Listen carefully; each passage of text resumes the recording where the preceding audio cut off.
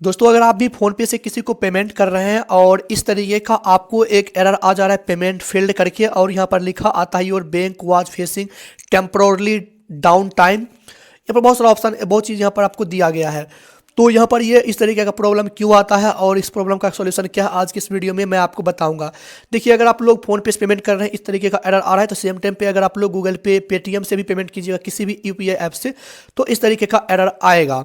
अब ये एरर क्यों आता है तो साफ साफ लिखा हुआ your bank was facing temporary down time, मतलब आपके बैंक का जो सर्वर है वो डाउन हो चुका है। जब बैंक में आप लोग पुराने ज़माने में जाते होंगे ब्रांच में तो वहाँ पर बोला जाता है कि अभी बैंक में जो लिंक नहीं है, तो कभी कभी यहाँ पर यूपीआई का भी लिंक नहीं रहता है, इसलिए ये एरर आ जाता है।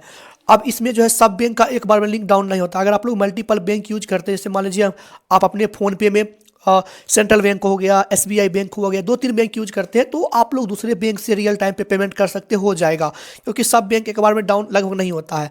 तो इसलिए यहाँ पर देखते मैं सेंट्रल बैंक ऑफ इंडिया से पेमेंट कर रहा था, इस तरीके का एरर आ रहा था तो जस्ट मैं तुरंत एसबीआई से पेमेंट किया तो ये पेमेंट हो गया।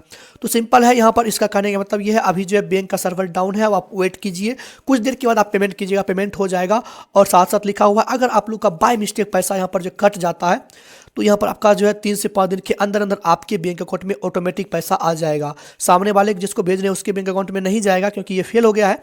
अगर पैसा कट गया तो वो आपके बैंक अकाउंट में ऑटोमेटिक रिटर्न हो जाएगा। तो आपको समझ में आ गया होगा। तो आज की इस वीडियो को यहीं पे समाप्त करते हैं, मिलते हैं किसी अन्य वीडियो में, तब तक के लिए बाय बाय, टेक केयर।